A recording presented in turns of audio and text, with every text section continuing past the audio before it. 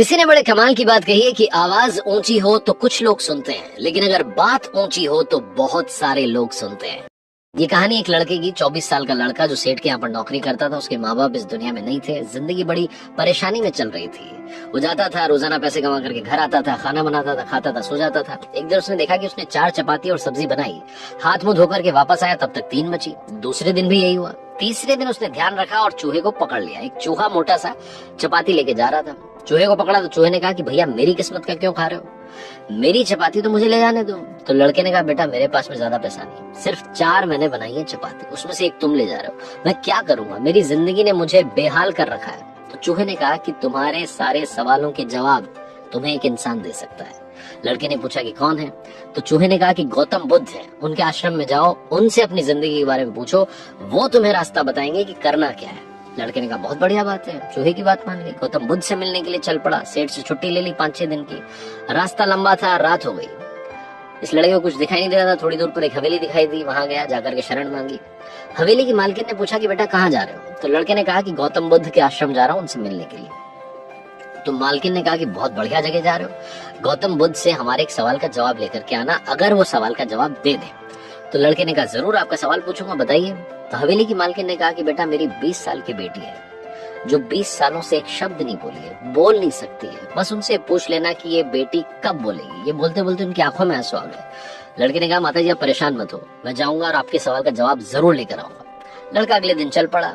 रास्ता बहुत ज्यादा लंबा था। रास्ते में उसे बड़े बड़े पहाड़ मिले, ऊंचे ऊंचे पहाड़, बर्फ वाले पहाड़। उसे समझ नहीं आता कि कैसे पार करूंगा, बड़ी देर हो जाएगी। तभी उसे एक जादूगर दिखाई दिया जो वहां बैठ करके तपस्या कर रहा था। जादूगर के पास गया, उससे बोला कि मुझे गौतम बुद्ध से मिलने के लिए जाना है, रास्ता तो बहुत ही परेशानी वाला लग रहा है, कैसे मैं पार करूंगा। तो जादूगर ने कहा कि गौतम बुद्ध से मिलने जा रहे हो, मेरे एक सवाल का जवाब लेकर के आ जाना, तुम्हें पहाड़ तुम्हें फटाफट से पार करा दूंगा। लड़के ने कहा आपका सवाल बताओ। तो जादूगर ने कहा कि 1000 सालों से यहाँ पर इसी पहाड़ पर तपस्या कर रहा हूँ स्वर्ग जाने के लिए, मुझे समझ नहीं आ रहा कि स्वर्ग कब जाऊंगा। तो लड़के ने कहा ठीक है आपके सवाल का जवाब लेकर के आते हैं। जादूगर ने छड़ी घुमाई, लड़के को पहाड़ पार करा दिया। मैदानी इलाका आ गया, वहां पर एक बड़ी सी नदी थी। लड़के के सामने फिर से समस्या थी कि अब ये नदी कैसे पार करें। तभी उसे वहां पर एक बड़ा सा कछुआ दिखाई दिया। कछुए से मदद मांगी कि आपके पेट पर बैठा करके मुझे नदी पार करा दीजिए। कछुए ने कहा ठीक है। जब नदी पार कर रहे थे तो कछुए ने पूछा कि कहाँ जा रहे हो। तो लड़के ने कहा गौतम बुद्ध से मिलने जा रहा हूँ। कछुए ने कहा वाह यार बड़ी अच्छी जगह जा रहे हो, एक काम करना मेरे सवाल का जवाब ले आना। तो लड़के ने कहा कि आपका भी सवाल बताइए। तो कछुए ने अपना सवाल बताया कि मैं बड़े टाइम से 500 सालों से इसी नदी में हूँ और ड्रैगन बनने की कोशिश कर रहा हूँ, ड्रैगन कब बनूंगा ये बस पूछ करके आ जाना। लड़के ने कहा ठीक है। लड़का पहुंचा आश्रम में, गौतम बुद्ध के पास। प्रवचन चल रहा था, प्रवचन खत्म हुआ। गौतम बुद्ध ने कहा कि हर कोई मुझसे सवाल पूछ सकता है, लेकिन सिर्फ 3 सवालों के जवाब दिए जाएंगे। अब लड़के के सामने समस्या थी कि किसके सवाल को ड्रॉप करें, किसका सवाल छोड़ें और किसका पूछें। लड़के ने सोचना शुरू किया। सबसे पहले हवेली की मालकिन नजर में आई, ध्यान में आई। तो उसे लगा कि वो तो अपनी बेटी का इलाज कराना चाह रही है, उनकी बेटी बोल नहीं रही है, उनकी आंखों में आंसू थे, उनका सवाल पूछना जरूरी है। दूसरी जो तस्वीर उसके दिमाग में आई, नजर में आई, वो आई जादूगर की। जादूगर 1000 साल से वहां तपस्या कर रहा है बर्फ के पहाड़ में। तीसरी तस्वीर आई कछुए की, जो 500 साल से नदी में ड्रैगन बनना चाह रहा है। फिर लड़के को अपनी तस्वीर नजर आई, जो सेठ के यहाँ पर एक लड़का नौकरी कर रहा है। लड़के ने सोचा कि मैं तो नौकरी कर ही रहा हूँ, खाना खा ही रहा हूँ, ठीक चल ही रहा है, थोड़ी और मेहनत करूंगा, कुछ बदलूंगा। इन 3 लोगों की जिंदगी में बदलाव लाना जरूरी है, इन 3 के सवाल पूछने जरूरी है। लड़के ने गौतम बुद्ध से तीनों के सवाल पूछे। गौतम बुद्ध ने जवाब दिया सबसे पहले हवेली की मालकिन के सवाल का। उन्होंने कहा कि उस मालकिन की जो बेटी है 20 साल की, उसकी जैसी ही शादी होगी वो लड़की बोलना शुरू कर देगी। दूसरे सवाल का जवाब देते हुए गौतम बुद्ध ने कहा कि जो जादूगर है उससे कहना कि वो छड़ी छोड़ दे, जिस दिन उसने छड़ी छोड़ दी, छड़ी का त्याग कर दिया, वो स्वर्ग चला जाएगा। तीसरा सवाल था कछुए का।